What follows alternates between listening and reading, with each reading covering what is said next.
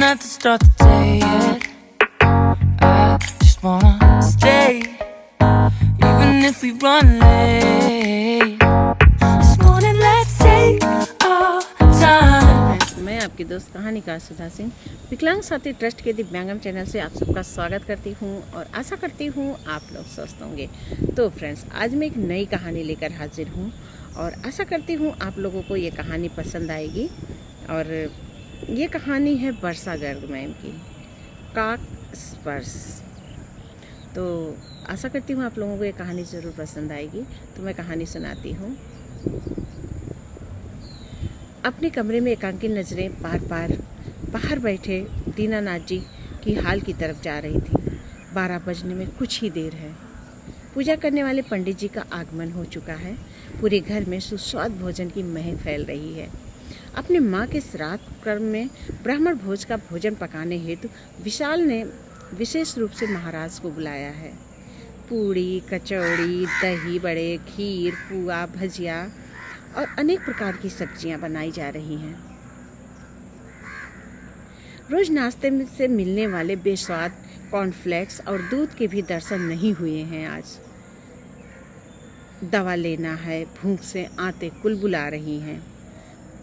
यूं भी मधुमेह के रोगी के लिए भूखे रहना असहाय होता है। रेवती की तस्वीर लेने विशाल कमरे में आया तो उन्होंने कुछ खाने की इच्छा जाहिर की। क्या पिताजी, आज माँ के नाम से थोड़ी देर भूखे नहीं रह सकते हैं आप तो दोनों बच्चों ने भी, आज तो सुबह से दोनों बच्चों ने भी कुछ नहीं खाया है। रेवती को याद करते हुए मन महसूस कर दीनानाथ जी तर्पण आदि करते हुए, उन्हें 12 करीब बज गए और वो अपनी पत्नी को याद करते हुए मन महसूस कर रह गए। बाहर की हलचल पर ध्यान केंद्रित किया। यजमान, आपकी माताजी की कोई इच्छा अधूरी रह गई हो तो कोई कौवा भोजन छू भी नहीं रहा है। उनकी अधूरी इच्छा पूरे करने का प्रण कीजिए। विशाल और वैदेही एक दूसरे को देख रहे हैं। क्या इच्छा रही होगी? अचानक बेटा बोल पड़ा, पापा कौवा नहीं खा रहा है तो क्या हुआ? दादाजी को तो खिला दो। सुबह से भूखे बैठे हैं, अब तो मुझसे भी भूख सहन नहीं हो रही है, मुझे भी खाना खाना है। धीरे धीरे चलते हुए बाहर आए दीनानाथ जी। बेटा, रेवती ने हमेशा मुझे खिलाकर खाया, शायद आज भी। आगे के शब्द गले में ही अटक गए।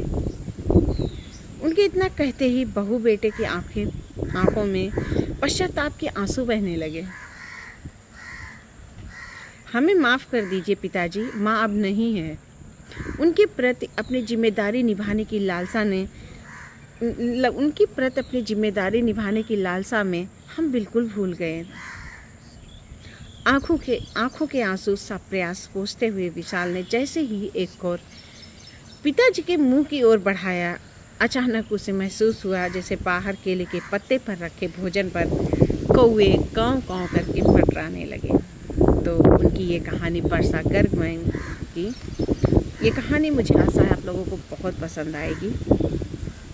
और श्राद्ध आ रहा है, पितृ विसर्जन आ रहा है, पितरपक्ष आ रहा है और मुझे लगा ये कहानी बहुत अच्छी है इस टाइम पे, क्योंकि सच में हम लोग कभी कभार ऐसा करते हैं कि हमारे जो बुज़ुर्ग होते हैं, हमारे पिताजी या माताजी या हमारे जो भी बुज़ुर्ग होते हैं, तो जिस दिन पूजा होती है अक्सर उन्हें व्रत रखने के लिए बोला जाता है। पर उनकी एक अवस्था होती है, पूरा दिन बिना खाए पिए, क्योंकि ये सब पूजा करने में काफ़ी वक्त लगता है, काफ़ी टाइम लगता है और उनकी एक अवस्था होती है और इस टाइम तक उन्हें बीमारियां लगभग घेरे रहती हैं और उन्हें ज़्यादा देर तक भूखा रखना उनकी सेहत के लिए सही नहीं होता है। पितरपक्ष या पितरों की पूजा करना बहुत अच्छी बात है और हमें करना भी चाहिए, क्योंकि हमें जब तक हम अपने बुज़ुर्गों को नहीं याद रखेंगे, अपने पितरों को नहीं याद रखेंगे, तब तक शायद हम कुछ अच्छा नहीं कर सकते हैं तो हमें पितरों को याद भी रखना चाहिए। पर अगर आपके घर में कोई ऐसा बुज़ुर्ग है या बुज़ुर्ग महिला या बुज़ुर्ग पुरुष है तो आप उन्हें खाना वगैरह खिला दीजिए या नाश्ता, खाना मत खिलाइए। अगर आप मानती हो पूजा पाठ होता है उसमें खाना नहीं खाया जाता है, लेकिन कुछ ऐसा फल फ्रूट या कुछ ऐसा दे दीजिए। उन्हें नीराजल मत रखिए तब तक, क्योंकि जो चला गया है वो हमारे आस्था का भूखा होगा, हमारे मन में जो भाव होंगे उनका भूखा होगा, ना कि भूखे प्यासे रह कर हमारी अगर आत्मा तड़पती है उसके बाद हम कुछ करें। तो मुझे लगता है कि वर्षा गर्ग मैम की ये स्टोरी बहुत अच्छी लगी होगी आप लोगों को। और पितर पक्ष आ रहा है तो आप लोग अपने बुज़ुर्गों का काफ़ी ध्यान दीजिएगा। हाँ, कौवों को भोजन खिलाया जाता है क्योंकि इसको परंपरा से जोड़ दिया गया है। और रियल बात ये है कि इस टाइम पर कौवे जो होते हैं वो मतलब अंडे देने वाले होते हैं और बारिश की वजह से उन्हें भोजन नहीं कहीं पर मिल पाता है।